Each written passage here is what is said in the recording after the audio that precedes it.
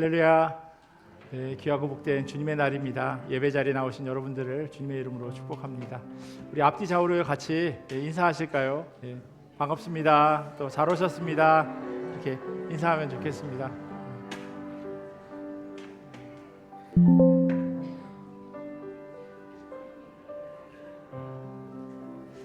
하나님께서 우리를 예배 자리로 불러주셨습니다. 하나님께 감사하고 기쁜 마음으로 또 한 공동체로 불러주신 것 기억하면서 주님 앞에 예배함으로 나아가도록 우리 함께 기도하는 마음 되었으면 좋겠습니다. 이제 다 함께 우리의 마음을 모아서 영과 진리로 하나님께 예배드립니다.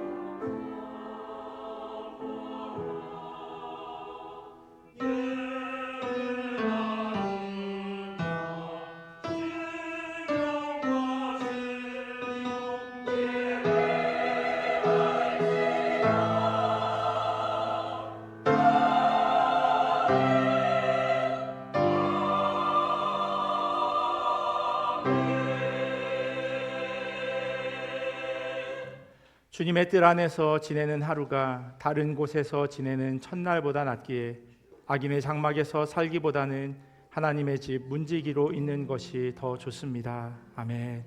우리 다 자리에서 일어나셔서 찬송가 25장으로 하나님 찬양하겠습니다.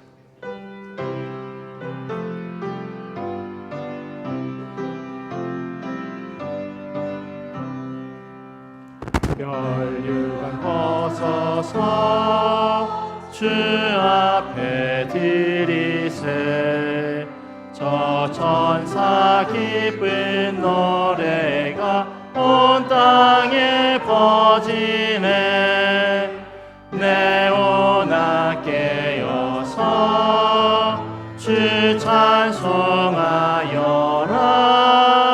온 백성 죄를 속하신 만왕의 왕일세 멸류관 벗어서 주 앞에 드리세 그 손과 몸의 상처가 영광 중 빛나네 하늘의 천사도 그 영광 보고서 고난의 신비 알고자 들음 모아도다 멸류관 벗어서 주 앞에 드리세 온 세상 전쟁 그치고 참 평화 오겠네 주 보좌 앞에서 온 백성 엎드려 그 한량없는 영광을 늘 찬송합니다.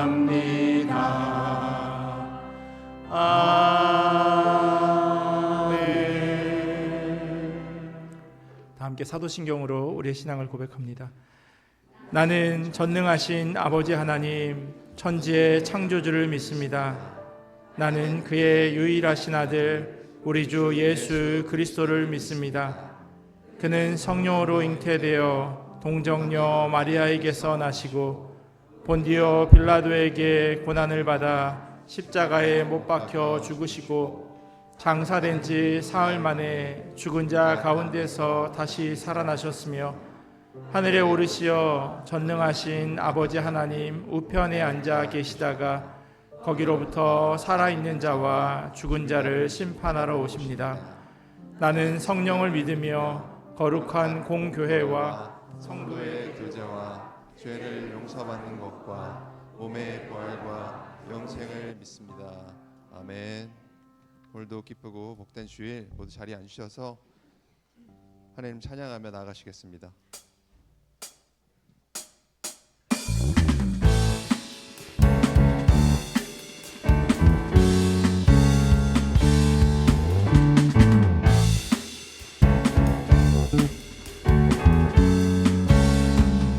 죄에서 자유를 얻게 함은 죄에서 자유를 얻게 함은 보혈의 능력 주의 보혈 시험을 이기는 승리되니 참 놀라운 능력이로다. 육체의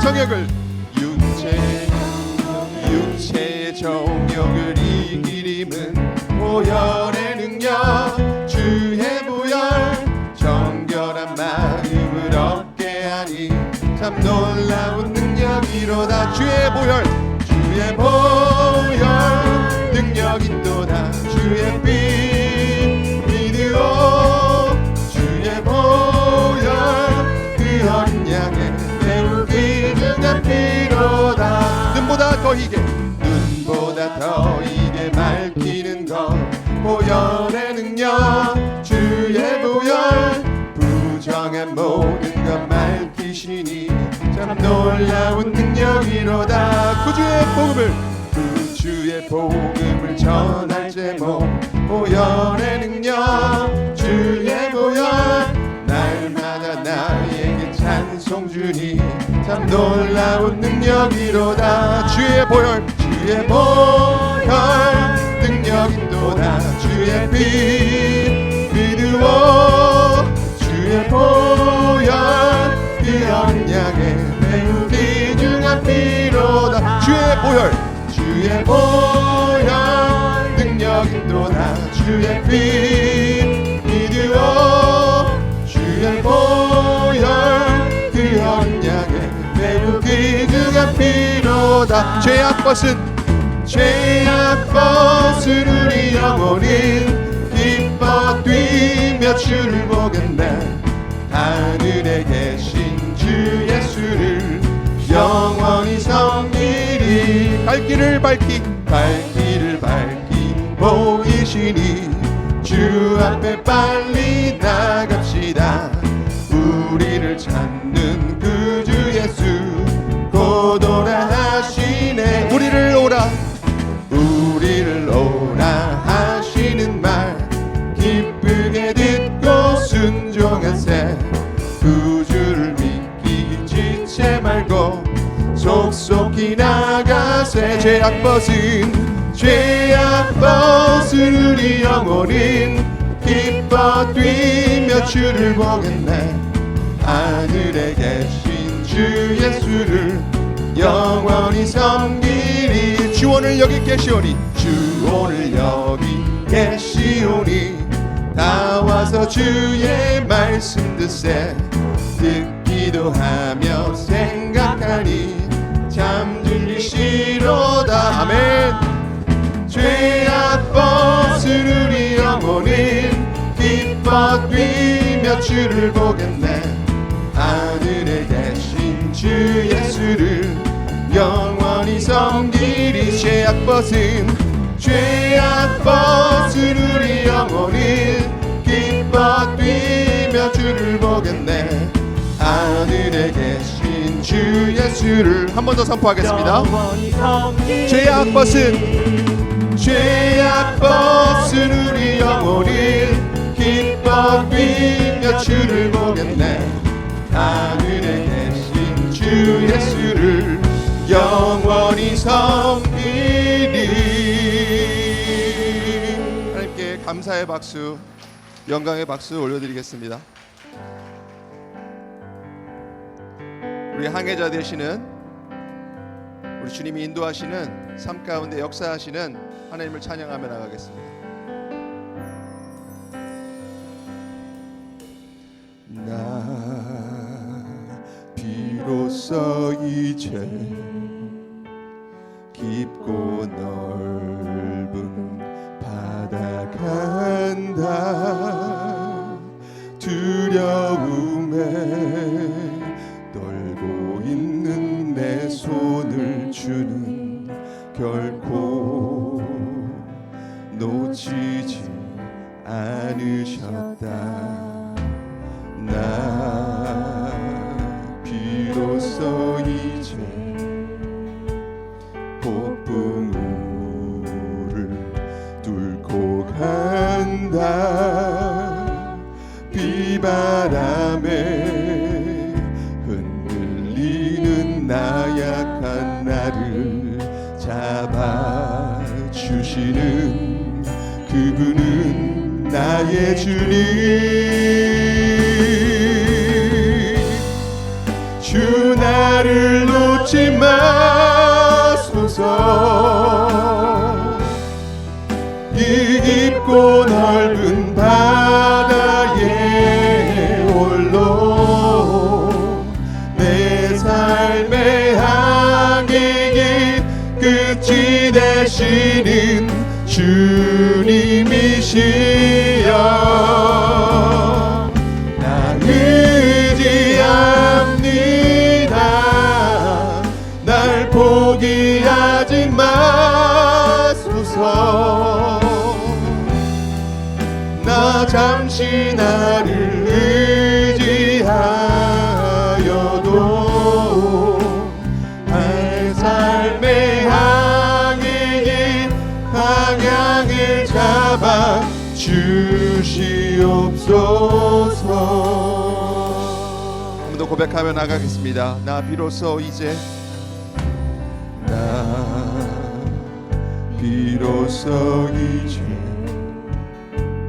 깊고 넓은 바다 간다.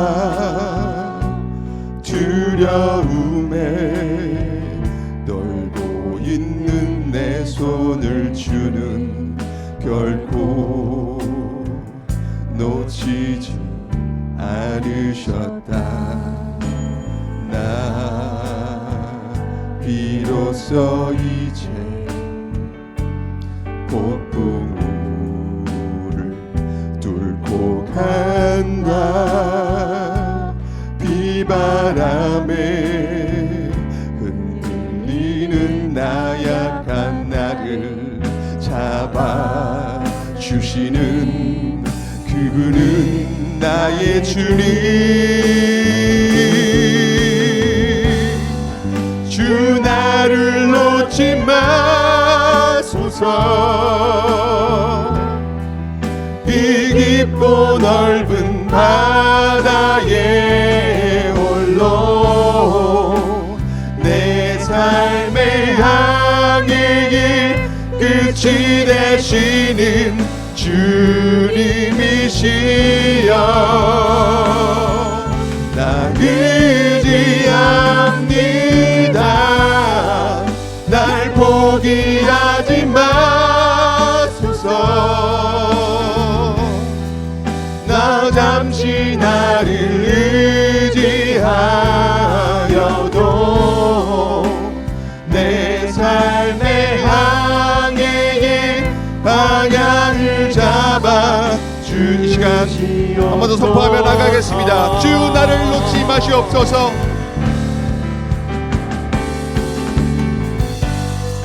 주 나를 놓지 마소서.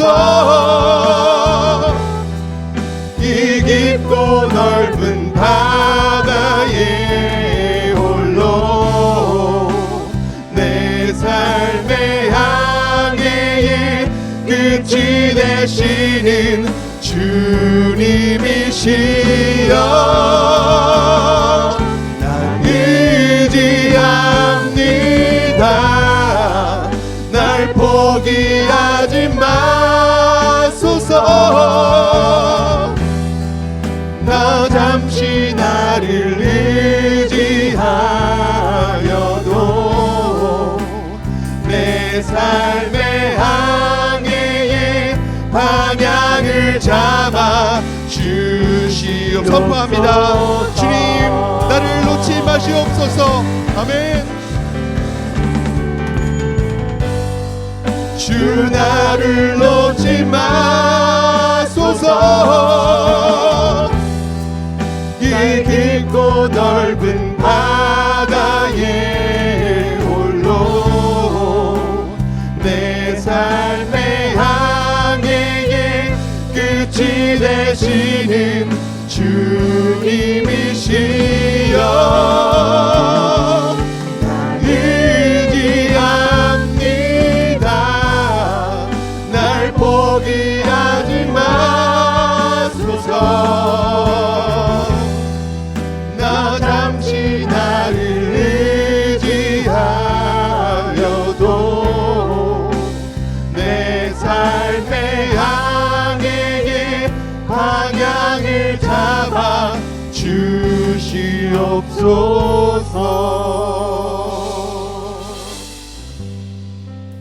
사랑과 은혜가 풍성하신 하나님 아버지, 오늘도 우리를 예배의 자리로 불러주시니 감사합니다. 주님, 우리가 낙심과 두려움 가운데 머물러 있지 않게 하시고 오늘 주실 말씀처럼 믿음으로 일어나 주님을 따라가게 하시옵소서. 우리의 갈 길을 밝히 보여주시고 주님의 말씀에 순종하며 담대히 나아가길 원합니다.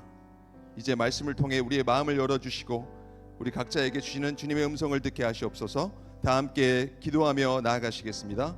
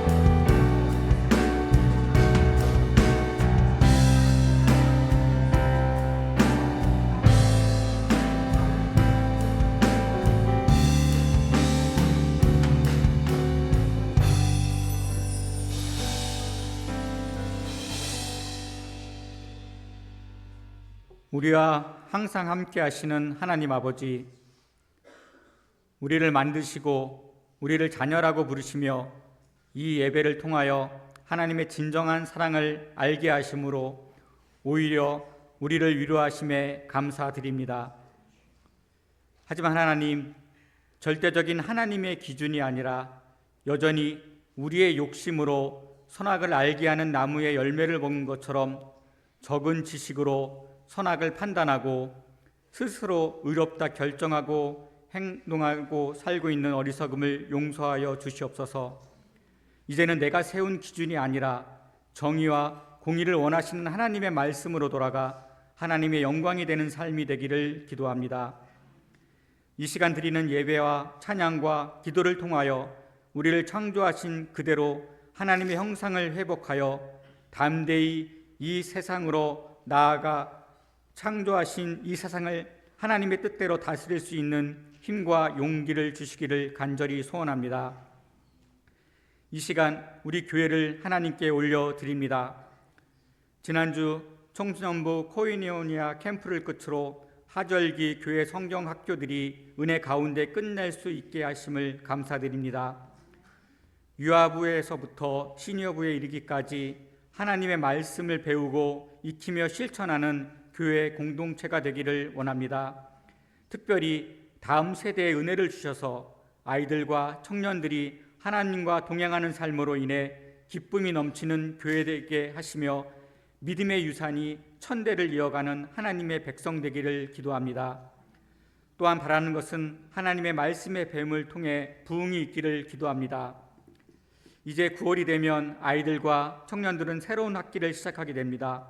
또한 하반기 목장 모임과 새롭게 시작하는 1:1 성경 공부를 통하여 말씀 앞에 다시 서는 우리 교회 되기를 기도합니다. 우리의 생각으로 이해되지 않은 것들도 하나님의 뜻 가운데 있음을 인정하게 하시고 모든 것이 합력하여 선을 이루게 하시는 하나님을 기대하며 감사할 수 있는 그리스도인으로서 갈 수 있기를 기도합니다. 마지막으로 신앙의 열매를 위해 기도합니다. 올해를 시작하며 크게 작게 하나님께 결단한 우리의 다짐이 무르익어서 기쁨으로 단을 거두어 하나님께 영광 돌리는 우리 되기를 원합니다. 우리 각자는 하나님께 서로 다른 각양각색의 은사를 받았습니다. 각자 받은 것은 다르지만 하나님은 충성된 자를 찾고 받은 만큼 장사하여 남긴 자를 칭찬하시는 공평하신 하나님을 기억하며 우리의 최선의 노력과 열심으로 사람이 아니라 하나님을 기쁘시게 하는 열매 드릴 수 있는 모든 성도들이 되기를 기도합니다. 이 시간 전쟁, 기근과 자연재해로 아픔을 겪는 이들과 어려운 환경으로 인해 허물어진 우리의 마음 위에 하나님의 위로가 있기를 간절히 소원합니다. 말하지 못하는 고민과 아픔, 절망, 외로움과 육신의 병으로 힘들어하는 이들에게 찾아가셔서 함께 하시는 하나님을 느끼게 하시고 다시 일어설 수 있도록 치유와 위로를 주시옵소서. 또한 외롭고 힘들어 함께 하심이 절실히 필요한 선교사님들과 교역자들을 기억하여 주시고 성령 충만함으로 영육간에 강건케 하시옵소서. 여러 부서에서 보이지 않게 섬기는 많은 봉사자들을 기억하시고 예배 가운데 선포되는 하나님의 말씀이 능력으로 우리에게 나타나 한 주간을 주님과 온전히 동행하는 삶을 살아 날마다 함께 하심을 간증하는 삶이 되기를 기도합니다. 우리를 사랑하셔서 언약을 주시고 그 언약을 깨트린 우리를 용서하시려 새로운 언약으로 오신 우리 주 예수 그리스도의 이름으로 기도합니다. 아멘.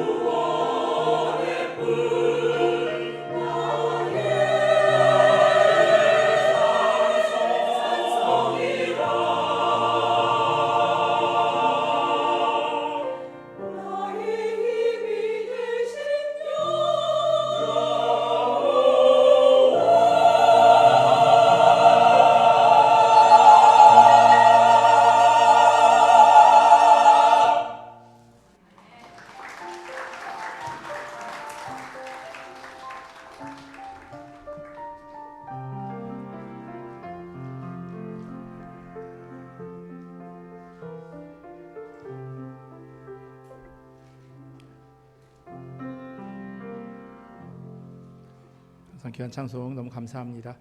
우리 교회 소식 전해드리도록 하겠습니다. 주보를 참조해 주시면 좋겠습니다. 다음 주일 2부 예배 후에요. 목자 교육이 있습니다. 저희가 7월, 8월 2개월간 목장 모임 쉬었는데 이제 방학 끝나고 다시 시작합니다. 그래서 목자님들 꼭 함께 목자 교육 참석해 주시면 감사하겠습니다. 그리고 9월 3일 목요일 오전 10시에 본당에서 영광 목장 전체 모임이 있습니다. 이제 목장 모임 시작하고 영광 목장도 같이 모임을 시작하니까 함께 참여해 주시면 감사하겠습니다. 모임과 관련되어서는 시니어부 담당하시는 이호건 집사님께서 또 따로 연락 드릴 예정입니다. 찬양팀 모집 광고 보시면요, 드럼, 베이스 또 싱어 모집이 있습니다. 혹시 달란트 있으신 분들은 우리 임승일 집사님께 이렇게 찬양팀 조인할 수 있도록 이렇게 얘기를 해주시면 감사하겠습니다. 지난주에 김현준 집사님 그리고 유지 집사님 가정에서 애천헌금 드려주셨습니다. 감사합니다.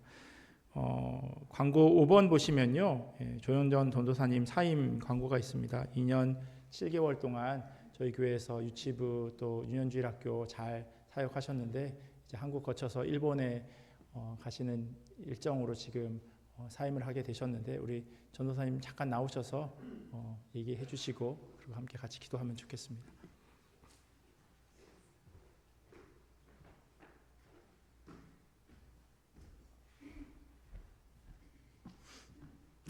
감사합니다.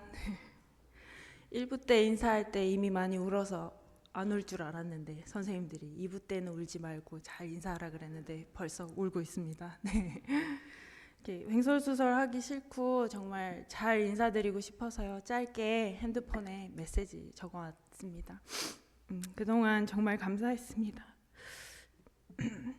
저에게 짧다면 짧았지만 마음으로는 결코 짧지 않았었던 이 사역의 귀한 시간을 나야가라 한인장로교회와 함께할 수 있어서 정말 감사했습니다. 이곳에 처음 와서 처음 예배 드릴 때에 뒤에 앉아서 많이 울며 기도해서 성도분 중에 어떤 분들이 사연 있는 여자가 아니냐며 했다는 이야기를 듣고 많이 웃기도 했습니다. 이곳에서 많이 울기도 하고 웃기도 하면서 다시 살리시는 또 저를 부족한 저를 쓰시는 하나님의 은혜를 많이 경험했습니다. 그리고 이곳에서 귀한 다음 세대를 사랑할 수 있고 또 적게나마 제가 섬길 수 있었던 것에 큰 감사가 있습니다. 그리고 그 어느 때보다 사랑받고 지지받고 있었음을 마음속 깊이 기억하고 감사하며 가려고 합니다. 예배 후에 매주 따뜻하게 손잡아 주시며 인사해 주시던 권사님들, 성도분들 언제나 힘내라고 잘하고 있다고 따뜻한 미소와 기도로 지지해 주신 모든 성도님들, 그리고 매 주일 선포되어졌었던 말씀들, 그리고 누구보다 사랑하고 또 사랑스러운 우리 주일학교 아이들 하나도 빠짐없이 하나님의 은혜였음을 기억하고 감사하고 있습니다. 작년 우리 교회의 표어가 생각이 납니다. 이제 떠날 때를 앞두고 묵상하며 하나님께서 주신 마음들은 이곳에서 받았었던 많은 기도와 사랑들을 가슴에 품고 또 다른 곳에서 하나의 큰 교회로서 공동체로서 함께 세워져 나가기를 바라시는 그 마음을 받았습니다. 좋았었던 기억과 감사했었던 것들을 마음에 담아 성도분들께서 기도해 주신 대로 제 자리에서 성실히 살아가 보려고 합니다. 또 언젠가 다시 배웠을 때 마음속에서 서로를 떠올렸을 때 기쁘고 감사했던 것들만 남을 수 있도록 기도하겠습니다. 또 여러분들을 위해서 저도 제 자리에서 기도하겠습니다. 감사합니다.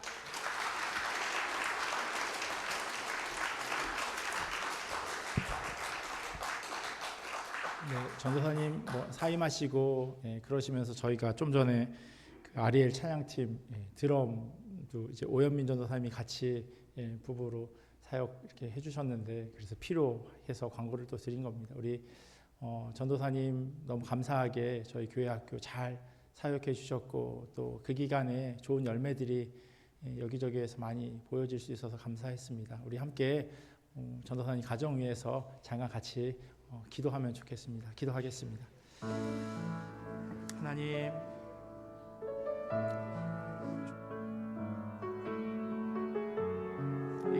하나님 앞에서 귀하게 올려드려질 수 있도록 인도하여 주시옵소서.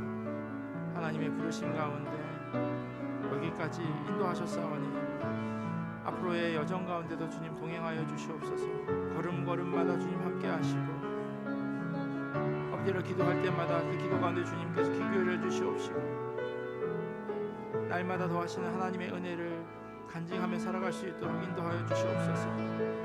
마치 아브라함처럼 갈 바를 알지 못하는 그런 여정일 수 있지만 그러나 언제나 주의 자녀들을 홀로 내버려 두지 않으시는 그 주님을 기억하게 하시고 사역 가운데 삶 가운데 주님 허락하시는 귀한 열매들을 풍성하게 맺을 수 있도록 하나님 도와주시옵소서. 그렇게 나아가기를 원합니다.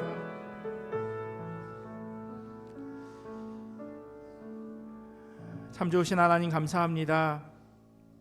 조은정 전도사님 그리고 오현민 전도사님 하나님께서 저희 믿음의 공동체로 보내주시고 또 교회 안에서 맡겨주신 그 부르심 잘 감당하게 하시고 또 그런 열매들이 여기저기에서 보여질 수 있도록 인도하시니 감사합니다. 하나님께서 종의 가정을 붙들어 주시고 그 걸음을 인도하셔서 때로는 어디로 가야 할지 모르는 그러한 난감한 상황 가운데서도 아브라함과 동행하셨던 그 주님께서 우리 전도사님들의 가정 가운데 늘 함께하여 주시길 기도합니다.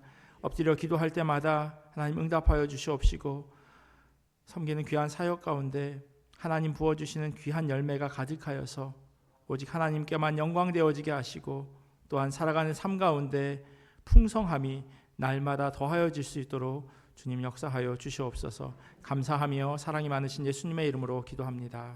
아멘.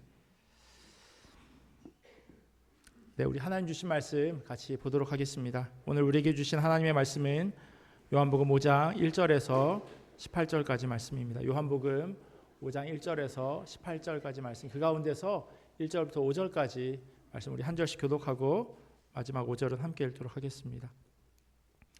그 후에 유대인의 명절이 되어 예수께서 예루살렘에 올라가시니라. 예루살렘에 있는 양문 곁에 히브리 말로 베데스다라 하는 못이 있는데 거기 행각 5이 있고 그 안에 많은 병자, 맹인, 다리 저는 사람, 혈기 마른 사람들이 누워 물의 움직임을 기다리니 이는 천사가 가끔 못에 내려와 물을 움직이게 하는데 움직인 후에 먼저 들어가는 자는 어떤 병에 걸렸든지 낫게 되밀어라. 함께 읽겠습니다. 거기 38에 된 병자가 있더라. 아멘. 하나님의 말씀입니다. 자리에 앉겠습니다. 주중에 아이들과 이렇게 침대에 누워서 이야기를 하다가 아빠는 진짜 이상해라는 이야기를 제가 들었습니다. 무슨 이야기였냐 하면 제가 이제 안타깝게도 국민학교를 나왔는데 국민학교 1학년 때 그 바른생활 교과서에 나왔던 토끼와 거북이 이야기 때문입니다. 옛날에 토끼와 거북이가 살고 있었습니다. 아시죠? 그 옛날에도 토끼는 빠르고 거북이는 느렸습니다. 그런데 토끼가 거북이에게 달리기 시합을 제안합니다. 이 터무니없는 제안을 받은 거북이는요, 그걸 그냥 받아들입니다. 그리고 경주가 시작되죠. 거북이는 열심히 하지만 느리게 이동했고 토끼는 빨리 달리다가 저 멀리 거북이가 기어오는 것을 보고 잠깐 쉽니다. 그러다 잠이 들죠. 여러분들은 이 시합의 결과를 아실 거예요. 누가 이기나요? 국민학교 안 나오셨어요? 거북이가 이기죠.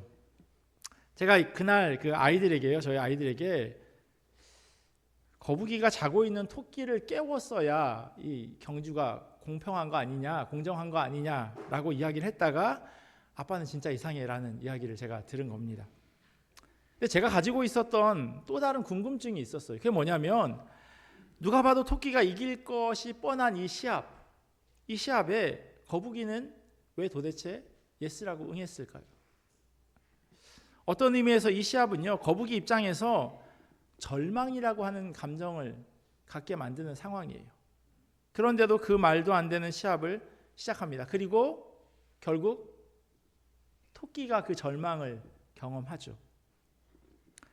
사람들이 가지는 다양한 감정들이 있어요. 제가 요즘 이 감정에 대해서 책을 좀 보고 있는데 그 가운데 오늘이요, 이 절망이라고 하는 감정에 대해서 말씀과 함께 같이 나누고자 합니다. 사람이 창조된 그날부터 인간은 다양한 감정을 경험합니다. 아담이요, 선악과를 먹고 숨습니다. 그 숨어 있는 동안 가졌을 감정 가운데 절망이라고 하는 감정이 분명히 있었을 거예요. 하나님과 약속을 깨뜨린 마음, 하와의 말을 그대로 듣고 선악과를 먹은 것, 그리고 지금 이렇게 돌이킬 수 없는, 그리고 들킬 걸 뻔히 알면서도 숨어 있는 자기 자신에 대해 그는 분명히 절망했을 겁니다. 모든 것이 풍족했던 에덴 동산에서 쫓겨났을 때 이제는 어떻게 살아야 하나라고 하는 또 다른 절망을 경험했을 거예요. 이러한 절망은 성경에 등장하는 수많은 사람들에게서 찾아볼 수 있습니다. 시기심 때문에 동생을 죽인 가인, 그 역시 하나님으로부터 쫓겨남을 당하고 자기 아버지처럼 절망을 경험합니다. 방주를 통해 구원받았음에도 불구하고 포도주에 취해서 벗은 몸으로 잠들었던 노아, 그가 술이 깬 후 간밤에 있었던 그 부끄러운 그 상황이 떠올라 절망했을 겁니다. 그리고 그러한 절망은요, 그 감정은 그의 입에서 아들을 향한 저주로 바뀝니다. 우리는 아브라함, 이삭, 야곱, 요셉까지 창세기에 나오는 모든 사람들에게 쉽게 이 감정을 찾을 수 있습니다. 창세기부터 시작해서 요한계시록에 이르기까지 성경 전체에 등장하는 모든 사람들이 경험하는 그 보편적인 감정, 그게 바로 이 절망이에요. 피조물이기에 자연스럽게 느끼는 감정, 그게 바로 이 절망이에요. 내 힘으로 어떻게 해볼 수 없는 그런 상황을 직면하게 되면 우리는 자연스럽게 절망이라고 하는 감정을 품게 됩니다. 오늘 본문에는요, 38년 동안이나 그 절망을 경험한 한 사람이 등장해요. 제가 오늘 본문을 펼쳐놓고 다시 천천히 읽어봤어요. 본문 가운데 질문되어지는 내용이 너무나도 많더라고요. 저는 딱 떨어지는 걸 좋아하는데 명확하지 않은 내용들이 여기저기에 눈에 들어왔습니다. 그래서 노트를 펼쳐놓고 그 질문들을 적어봤어요. 1절에 유대인의 명절은 어떤 절기일까? 다양한 절기들이 있는데 구체적으로 적고 있진 않아요. 어떤 절기인지 정확하지 않은데 예수님께서는요, 문의 이름, 못의 이름, 거기다 행각이 5이라고 하는 것까지 성경은 자세하게 적고 있어요. 3절을 보면 거기 있는 많은 환자들이 어떤 병에 걸려 있는지 적혀 있어요. 그런데 이 38년 된 환자는 어떤 병으로 거기에 앉아 있는지 써 있지 않습니다. 무엇보다 많은 병자들이 그곳에 있었는데 예수님은 왜 이 사람에게 말을 걸었을까요? 또 이 병자는요, 예수님의 질문에 동문서답하며 아무것도 한 게 없는데 왜 병고침을 받게 되는 걸까요? 예수님도 유대인이셨기에 안식일 계명을 뻔히 알고 계셨을 텐데 왜 안식일 날 병을 고쳐주셨을까요? 이 38년 된 병자에겐 미안한 얘기지만 그 긴 기간 동안 아팠으니 내일 고쳐지나 모레 고쳐지나 그게 그에게 무슨 큰 의미가 있을까라는 생각이 들었습니다. 여러분들은 제가 가진 이 질문들을 어느 정도 공감하시는지 모르겠어요. 이러한 질문 모두가 다 중요한 건 아니지만요, 오늘 본문을 이해하는 데 있어서 몇 가지는 설명을 드리는 게 좋을 것 같습니다. 화면에 보시면요, 예루살렘으로 들어가는 많은 문 가운데 예수님께서 선택하신 북쪽에 있는 양문이라고 하는 것이 있어요. 영어로 쉽 게이트라고 이렇게 써 있어요. 왜냐하면 제사에 쓰는 양이 저 문을 통해서 이렇게 예루살렘 성전으로 들어왔기 때문입니다. 그리고 그 양문 앞에 베데스다라고 하는 연못이 있습니다. 성경에 보면 지명이에요. 벳이라고 하는 단어가 들어가는 그런 장소들이 많이 등장해요. 이게 무슨 뜻이냐면 집이라는 뜻이에요. 벳, 집. 룻기 설명할 때 설명드렸는데 예를 들면 예수님의 고향인 베들레헴, 이건 빵집이라는 뜻이에요. 요한복음 1장에 보면 예수님께서 제자들을 부르시는 장면이 있는데 그때 베드로, 안드레, 그리고 빌립이 벳세다 출신이에요. 그건 뭐냐면 어부의 집이라는 뜻이에요. 오늘 본문에 등장하는 베데스다는요, 어떤 집이냐면 자비의 집이에요. 자비의 집. 하지만 안타깝게도 우리가 자연스럽게 생각하는 하나님의 자비가 아니라 그리스 로마 신에 나오는 한 사람을 위한 장소예요. 그리스 로마 신화에요. 에스클리피우스라고 하는 신이 있어요. 약의 신 혹은 의술의 신이라고 하는데요. 화면에 보시면 왼쪽에 그 동상이 이렇게 있습니다. 한번 넘겨 주실 수 있을까요? 예. 근데 왼손에 보면 지팡이가 하나 있는데 뱀이 이렇게 또아리를 쓰고 올라가죠. 그래서 그걸 그 지팡이를 WHO 세계 보건기구라고 하는 거기에서도 사용하고 병원이나 뭐 약국에서도 저 모양을 많이 사용합니다. 그 에스클리피우스의 지팡이요. 툼라이트라고 하는 학자가요. 고고학 증거를 보면 이방인도 그곳을 성스러운 장소로 여겼다. 이 연못은 의술의 신 아스클레피우스에게 바쳐진 적도 있었다라고 이곳을 설명하고 있습니다. 고고학자들이요, 이 에스클리피우스의 동상이 아까 그 연못가에서 발견했다고 그렇게 설명합니다. 이곳에 전해 내려오는 전설이 하나 있어요. 가지고 계신 성경책 3절 후반부터 이렇게 꺾은 대괄호가 있고요. 그게 4절 끝에서 이렇게 닫혀요. 그 안에 이렇게 써 있습니다. 베데스다 못에 대한 전설이에요. 물의 움직임을 기다리니 이는 천사가 가끔 못에 내려와 물을 움직이게 하는데 움직인 후에 먼저 들어가는 자는 어떤 병에 걸렸든지 낫게 되미로라. 성경 말씀이라기보다는 전에 내려오는 그걸 설명해 주고 있는 겁니다. 전설이요. 못이라고 기록되어져 있지만 연못이나 땅에서 물이 계속 솟아나는 간헐천을 이야기하는 건 아니에요. 빗물을 모아두는 저수조였는데 헤롯 대왕이 이를 개량한 이후에 환자들이 몸을 씻을 수 있는 장소로 만들었습니다. 그런데 왜 이곳에 아까 얘기한 그런 전설이, 화면에 보시는 저런 전설이 내려오게 되었을까요? 신약학자인 예레미야스가 이렇게 설명해요. 베데스다 못은 두 개의 저수조로 되어져 있는데 하나는 바위를 파서 만들었고 다른 것은 큰 화장석 블록으로 만들어져 있다. 두 저수조 사이에 분리벽이 있는데 물이 북쪽 저수조에서 남쪽 저수조로 흐르도록 되어 있다. 북쪽 저수조에 일정한 양의 물이 차면 수문을 열어서 남쪽 저수조로 흘려보냈는데 그때 환자들은 물이 동한다고 여겼다. 아까 그 지도 보셨을 때요. 이렇게 베데스다 연못이 두 개로 네모나게 되어져 있는 거 보셨을 거예요. 북쪽에 물이 꽉 차면요. 물이 넘치지 않도록 수문을 열면 그게 남쪽으로 흐르는 거예요. 그럼 물이 유입되니까 물이 흔들리는 것처럼 보이는 겁니다. 그때요. 환자들은 물이 동하는 것을 여기고 거기에 들어가는 거예요. 당시 병을 치료하는 방법 가운데 하나는요. 깨끗한 물에 씻는 거였습니다.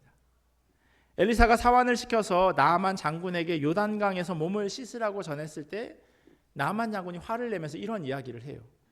다마스쿠스에 있는 아마나강이나 바르발강이 이스라엘에 있는 강물보다 좋지 않다는 말이냐? 강에서 씻으려면 거기에서 씻으면 될 것 아니냐?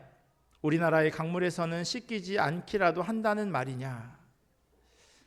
한국에서요. 어디 온천물이 좋다라고 하는 이야기를 하면 그곳에 가서 목욕을 하는 것과 비슷한 의미로 생각하시면 될 것 같아요. 차이가 있다면 그냥 피부만 좋아지는 게 아니라 몸의 병이 낫게 된다고 사람들은 여겼습니다. 당시 베데스다 못에 모인 환자들의 생각이 그랬어요. 고여있던 물에 새물이 들어오니 당연히 물이 깨끗해지겠죠. 그리고 그것을 사람들은 약의 신 혹은 의술의 신이라고 하는 에스클리피우스가 내려왔다가 올라간 것으로 여겼던 겁니다. 결론적으로 베데스다 못에서 사람들이 기다린 것은요. 하나님의 자비가 아니라 이 신의 자비를 기다리고 있었던 거예요. 본문 5절에 드디어 그 주인공 등장합니다. 38해 된 병자. 몇 살인지 무슨 병에 걸렸는지는 기록되어져 있지 않아요. 그가 하는 말을 들어보면 혼자서는 움직일 수 없는 그런 병을 가지고 있었던 것은 분명합니다. 예수님께서 이 사람에게 너무나도 당연한 질문 하나를 하세요. 그게 뭐냐면 네가 낫고자 하느냐? 낫고 싶으냐? 이 질문을 예수님께서 하신 거예요. 아니 놀리는 것도 아니고 38년 동안이나 병들었는데 그게 무슨 질문도 아닌 질문이에요. 낫고 싶으냐니요. 당연하죠. 그런데 이 사람의 대답이요, 예수님의 질문보다 더 희한합니다. 7절 보시면요, 주여 물이 움직일 때에 나를 못에 넣어주는 사람이 없어 내가 가는 동안에 다른 사람이 먼저 내려가나이다. 낫고자 하느냐, 예수님의 질문에 1번과 2번밖에 답이 없어요. 예스 아니면 노예요. 근데 이 사람이 4번이래요. 정말 엉뚱한 대답을 하는 겁니다. 근데 예수님이 8절에 또 이해가 쉽지 않은 말을 하세요. 예수께서 이르시되 일어나 네 자리를 들고 걸어가라 하시니, 지금 서로 대화가 전혀 안 되고 있는 상황이에요. 예수님이 하신 말씀은 일어나서 가라예요. 어떻게 서로 이렇게 대화가 안 되는지 모르겠어요. 예수님으로부터 병고침을 받은 많은 사람들이요, 복음서에 등장합니다. 그 많은 경우는요, 예수님은 부탁을 받고 병을 고쳐주세요. 그 부탁이 병 걸린 사람이기도 하지만 병 걸린 사람의 주변에 있는 사람이기도 합니다. 오늘 보면 바로 앞에 요한복음 4장에 보면요, 왕의 신하의 아들이 병 고침을 받아요. 왕의 신하가 아버지 된 사람이 자기 아들이 병 걸렸다고 예수님께 이야기합니다. 고쳐달라는 이야기를 하는 거죠. 그러자 예수님께서 그와 함께 가지는 않으시지만 네 아들이 살아날 것이다 라고 말씀하셨고, 이 아버지는 그 이야기를 듣고 집으로 갔더니 정말로 예수님께서 말씀하신 그때 아들이 병고침을 받게 됩니다. 마가복음 1장에는요, 베드로의 장모가 열병으로 누워 있었는데 예수님께서 그녀를 고치시는 기록이 있어요. 마침 시몬의 장모가 열병으로 누워 있었는데 사람들은 그 사정을 예수께 말씀드렸다. 다른 사람이 대신 예수님한테 말해준 거예요. 중풍병 환자를 4명이 데리고 와서 예수님이 계시는 곳에 지붕을 뚫어서 이렇게 내려오는 그 장면을 아마 여러분들 기억하실 겁니다. 이러한 기적들은요, 병 낫기를 바라는 그 사람 주변에 있는 이들이 예수님께 부탁을 한 거예요. 고쳐달라고. 때로는요, 본인이 직접 자기 병을 고쳐달라고 말하는 경우도 있어요. 혈류병 걸렸던 여인이요, 많은 사람들이 모여있는 가운데 예수님의 옷자락만 잡으면 내가 병이 나을 수 있겠다 믿었고 정말로 그렇게 고침을 받습니다. 따라 내 믿음이 너를 구원하였다, 안심하고 가거라, 예수님이 그 여인에게 말씀하세요. 이 여인의 믿음이 있었던 거예요. 낫고자 하는 그 마음. 눈먼 바디메오 역시 길가에 앉아있다가 예수님이 지나가신다고 하는 말을 들어요. 못 보니까 말만 들은 거죠. 그가요, 다윗의 자손 예수님 나를 불쌍히 여겨 주십시오라고 큰 소리로, 그것도 여러 번 주님께 사정하고 그리고 나음을 받습니다. 본인이 예수님께 구했던 거예요. 그런데 오늘 본문에 등장하는 이 38년 된 병자는요, 누군가가 대신 예수님께 병 고쳐 달라고 이야기하지도 않았고요. 그렇다고 자기가 예수님을 찾아간 것도 아니에요. 이 사람은 자기 곁에 있는 사람이 예수님인 것조차도 모릅니다. 이 병자는 아무것도 안 했는데 예수님께서는 이 사람의 오랜 병을 고쳐주셨습니다. 사람들은 흔히요, 이 병고침이 있는 베데스다 연못, 이곳을 아름다운 곳이라고 상상하지만 사실 이곳은 정반대의 상황이 연출되는 장소입니다. 왜냐하면 가장 먼저 못에 들어가야 병이 나을 수 있으니까요. 상상을 해보세요. 가장 먼저 들어가기 위해서 우선 자리 싸움이 있을 수밖에 없습니다. 당연하죠. 물에 가장 가까운 곳에 자리를 잡아야 물이 흔들리자마자 바로 들어갈 수 있으니까요. 누구보다 빨리 물에 들어가야 하기에 내 앞에 만약에 누가 있다면 밟고서라도 들어가야죠. 밥도 먹어야 하고 화장실도 가야 하는데 자리를 뜰 수가 없어요. 왜냐하면 언제 물이 흔들릴지 모르니까요. 그러니 아마 좋지 않은 냄새로 그 장소가 가득했을 겁니다. 중동에서 사역했던 김동문 선교사님의 책에 이런 설명이 있어요. 이곳에서 돈 벌기 위하여 모여든 이들이 있었다고 생각해 볼 수 있을까요? 어떤 사람들이 이곳에서 돈을 벌고 있었을까요? 엉터리 약장수들은 없었을까요? 치유와 치료 가능성을 내세우며 환자 자신과 그 보호자들을 유혹하는 손길들은 없었을까요? 좋은 자리를 알선해 주겠다는 이들은 없었을까요? 이런 상상은 지나친 것이 아닙니다. 왜냐하면 사람 사는 곳은 다 비슷하니까요. 이름은 자비의 집인데요. 그 자비를 피부로 느끼지 못하는 사람만 그 주변에 가득했습니다. 병들어 죄인이라고 손가락질 받고 질병이 있기에 예배에 참여할 수도 없고, 그래서 예배 공동체에서 완전히 소외돼 버린 사람들로부터 외면당하는 것도 견디기 힘들지만 병이 든 것은 하나님으로부터 버림받은 것이다 라고 하는 생각을 가졌기에 하나님의 자비도 경험하지 못한 이들, 그래서 어떻게든 낫기를 바랬기에 자기들끼리도 그 어떤 양보나 배려가 존재할 수 없는 곳. 자비의 집은요, 역설적이게도 그 누구에게도 자비를 베풀 수 없었던 무자비한 곳이었습니다. 그런데 그곳에 예수님이 홀로 멈춰서서 자비를 베푸세요. 38년 된 병자에게 말입니다. 본문을 계속해서 읽어가다 보면요, 예수님께서 이 사람이 질병으로 아파하는 것보다 더 중요하게 생각한 것이 있음을 알 수 있어요. 그게 바로 9절에 있는 말씀이에요. 그 사람이 곧 나아서 자리를 들고 걸어가니라. 이날은 안식일이라고 쓰여져 있어요.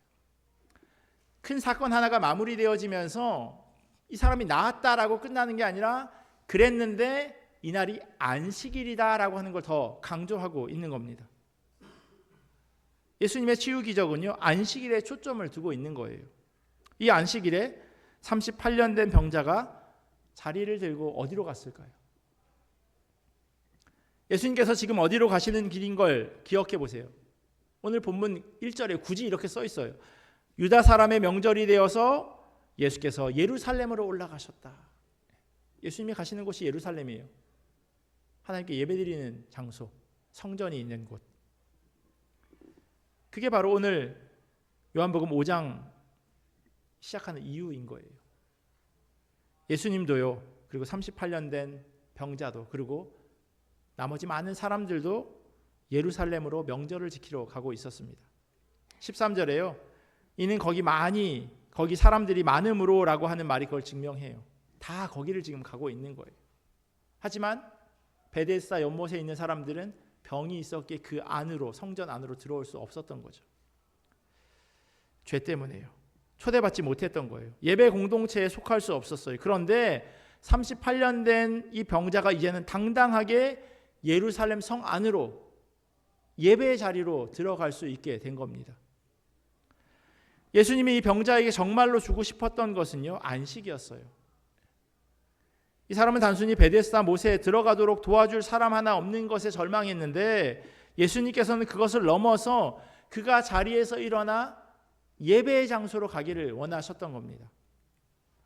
이 병자가 참 안식을 누리는 것, 그게 예수님이 이 사람의 병을 낫게 한 진짜 이유였던 거예요.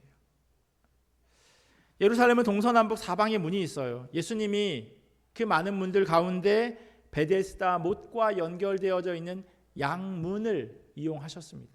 다른 곳으로 들어가도 환자는 있었을 거예요. 그런데 굳이 그곳으로 가신 거예요. 이것은요, 요한복음 10장에 예수님께서 내가 온 것은 양으로 생명을 얻게 하고 더 풍성히 얻게 하려는 것이다 라고 하는 말씀을 떠올리게 해요. 양문이라고 하는 곳을 통해서 수많은 사람들이 명절을 지키기 위해 그곳을 지나갔지만 아무도 관심 갖지 않았던 그 병자 앞에 멈춰서 예수님 말을 거세요. 요한복음 10장이에요. 나는 선한 목자다. 나는 내 양들을 알고 내 양들은 나를 안다 라는 말씀이 있어요. 병자와 예수님의 대화는 바로 이겁니다. 그리고 그에게 일어나서 내 자리를 걷어가지고 걸어가거라 말씀하세요. 자리를 깔고 오랜 세월 동안 도와주는 사람 하나 없어 절명하고 있었는데 이 38년 된 병자에게 예수님께서 그렇게 다가가신 겁니다. 오늘 보면 6절을 보시면요, 예수께서 그 누운 것을 보시고 병이 벌써 오래된 줄 아시고 라고 성경을 기록하고 있어요. 예수님 이미 알고 계셨던 거예요. 이 사람이 얼마나 오랫동안 아팠는지, 얼마나 오랫동안 예배할 수 없어 절망했는지. 그래서 그에게 필요한 것, 참 안식, 하나님께 예배하는 자리를 선물하신 겁니다. 여러분의 신앙생활은 요즘 어떠세요? 혹 별반 없는 그냥 일상적인 생활, 예배에 대한 간절함, 갈급함도 없이 그냥 주일이면 가야 하는 곳이니라는 마음으로 혹시 지금 이 자리에 앉아 계신 건 아닌지 모르겠어요. 혹 마음이 길티해서 이 자리에 오신 건 아닌지 모르겠어요. 예수님께서 누워있는 그 사람에게 한 말을 기억하시면 좋겠어요. 일어나 내 자리를 들고 걸어가라. 삶 속에 내가 해결할 수 없는 문제로 힘들어하시는 분이 분명히 계실 겁니다. 38년 동안이나 아픈 이 병자처럼 아주 오랜 기간 동안 풀지 못한 그런 숙제를 안고 살아가시나요? 이제 자리를 걷고 일어나십시오. 걸어가십시오. 누워서 앉아서는 그 문제가 해결되지 않아요. 주님께 나아오셔야 합니다. 여러분의 신앙생활은 어떠세요? 베데스다 못에 누워 있었던 병자에게 예수님께서 낫고 싶으냐라는 너무나도 당연한 질문을 하신 것을 기억하시면 좋겠습니다. 이 말은요, 그 사람을 깨우는 이야기예요. 당연히 낫고 싶으니까 그 자리에 앉아 있었겠죠. 그런데 이제 그 마음이 없어졌어요. 왜냐하면 너무 오랜 시간 동안 거기에 앉아 있었으니까요. 그냥 눈 뜨면 가는 곳, 누가 나를 거기다 데려다 주는 곳이었던 거죠. 오랫동안 안주하고 있고 아무런 소망도 없이 절망이 일상이 되어버린 그에게 다시금 소망을 갖도록 주님이 흔들어 깨우십니다. 여전히 크리스찬이시래요? 지금도 여러분 주님을 사랑하시나요?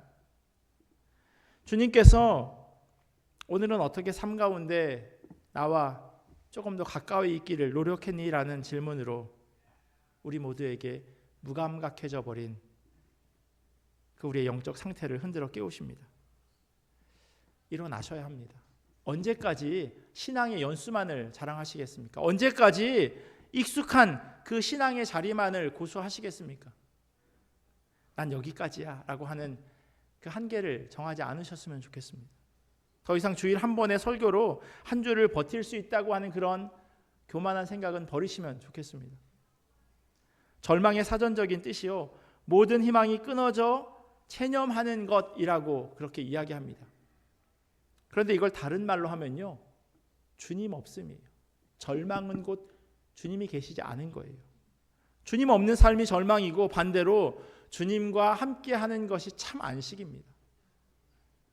처음 이야기해드렸던 토끼와 거북이 우화에서요, 거북이가 그 말도 안 되는 시합을 승낙한 이유, 그것은 바로 그가 절망하지 않았기 때문이에요.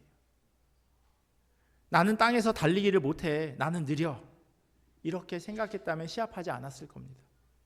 그런데 거북이는 일어나서 느리지만 걸어갔어요. 남들 보기에 움직이기는 하는 거야?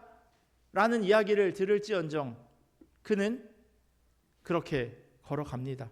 그리고 결국 결승점에 먼저 도착해요. 우리를 절망케 하는 그 어떤 것보다 주님은 강하십니다. 여러분들이 이걸 기억하셨으면 좋겠어요. 주님께서 우리와 함께 하시기에 절망할 수 없습니다. 주님이 우리 곁에서 함께 걷고 계심을 기억하시고 이제 자리에서 일어나 걸으십시오. 그게 우리를 부르신 주님이 우리에게 바라는 소원이세요. 이 소명에 아멘으로 응답하는 우리 모두가 되기를 예수 그리스도의 이름으로 간절히 축원합니다. 기도하겠습니다. 참 좋으신 하나님, 절망에 빠진 채 자신이 왜 그곳에 있는지조차 잊어버린 38년 된 병자에게 예수님께서 찾아가셨고 그의 육체를 고치시고 그로 하여금 예배하며 안식할 수 있도록 묶인 것들을 풀어 자유케 하셨습니다. 우리를 절망하게 하는 것들이 무엇이 있나요? 그것들이 주님보다 더 강하지 않음을 우리로 기억하게 하여 주시옵소서. 그럼에도 우리는 스스로의 한계를 정해놓고 여기까지라고 말하며 주저앉아 버릴 때도 있습니다. 그러나 주님, 이 어려운 때에 우리에게 찾아와 주셔서 우리로 하여금 다시금 일어나 걷도록 새 힘을 허락하여 주시옵소서. 비록 젊은이들이 피곤하여 지치고 장정들이 맥없이 비틀거려도 오직 주님을 소망으로 삼는 사람은 새 힘을 얻으리니 독수리가 날개를 치며 솟아오르듯 올라갈 것이요 뛰어도 지치지 않으며 걸어도 피곤하지 않을 것이다 라는 주님의 말씀을 기억하며 우리로 일어나 걷고 뛰게 하여 주시옵소서. 감사하며 사랑이 많으신 예수님의 이름으로 기도합니다. 아멘. 우리 주신 말씀 기억하면서 찬송가 353장 함께 찬양하시겠습니다.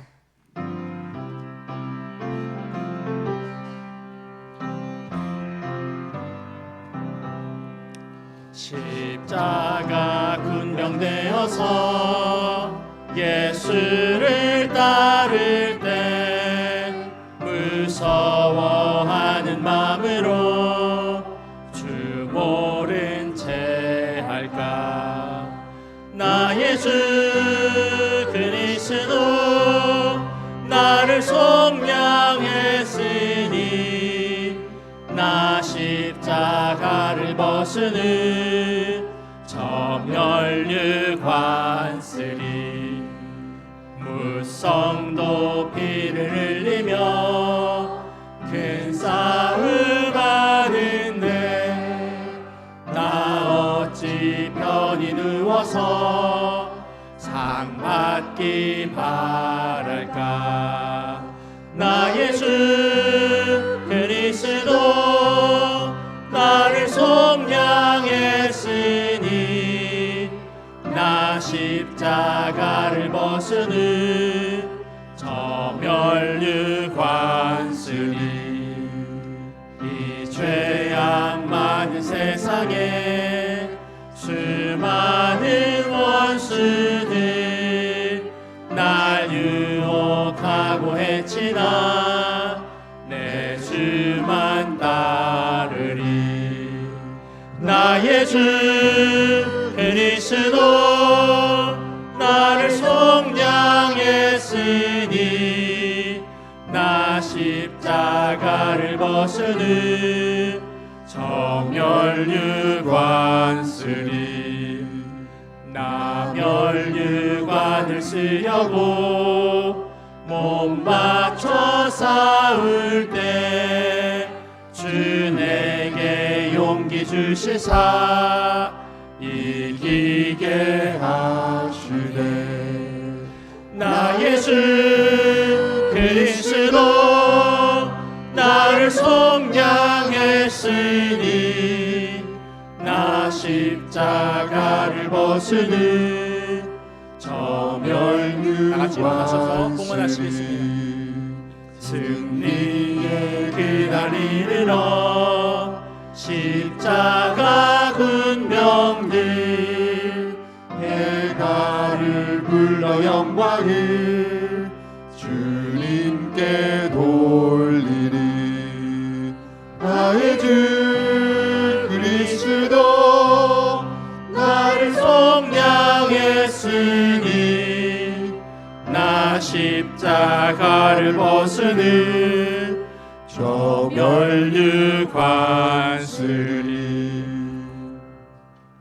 어머니께서 안전하게 잘 도착하셨습니다. 모든 일정 함께 해주시기를 기도합니다. 아이들이 새 학기를 위해 편한 집을 구하고 이사를 잘 하게 하심에 감사드립니다. 나의 힘이 되신 여호와를 찬양합니다. 코이노니아 캠프에 함께 하신 하나님께 찬양합니다. 범사에 감사합니다. 기도하겠습니다. 하나님 감사합니다. 우리에게 있어지는 여러 가지 많은 어려움들의 시간들, 또 때로는 웃음 짓는 시간들, 그 모든 것이 하나님께서 허락하신 것임을 우리로 기억하게 하여 주시옵소서. 특별히 슬픔 가운데 있는 그런 가정도 있음을 주님 기억하여 주길 간절히 기도합니다. 무거운 마음으로 한국을 찾는 그 발걸음 가운데 주님 함께 하시고 주님의 위로가 주님 함께 하시길 간절히 소원합니다. 이민자로 살아가기에 겪게 되는 그런 안타까운 많은 일들이 있지만 그러나 그러한 시간 가운데서도 주님이 함께 하시고 우리를 위로하시고 또 주님 보여주시는 길로 걸어가게 하시오니 주님, 주의 백성들이 늘 주님과 함께 그렇게 기뻐하며 살아갈 수 있도록 은혜로 도와여 주시옵소서. 주님께서 허락하신 것이 다 하나님의 것이기에 하나님께 올려드립니다. 우리의 마음과 일 물질을 주님 앞에 올려드리오니 하나님 받으시고 하나님 기뻐하시는 대로 사용하여 주시옵소서. 뿐만 아니라 주님의 몸된 교회 성도들 한 사람 한 사람 그들의 가정과 삶의 자리와 인터 가운데 주님 은혜로 더하셔서 어렵다고 하는 이때에 주님께서 부족하지 않도록 온전히 채워 주시옵소서. 지금은 우리 주 예수 그리스도의 크신 은혜와 하나님 아버지의 사랑하심과 성령님의 교통하심이 이제 다시 일어나 주님과 함께 걷고 뛰기를 결단하는 주님의 자녀들 머리 위에, 그리고 이들의 가정과 삶의 자리와 멀리 떨어져 있는 자녀들과 부모님, 그리고 주님의 몸된 교회 위에 지금부터 영원토록 함께 하시기를 간절히 축원하옵나이다.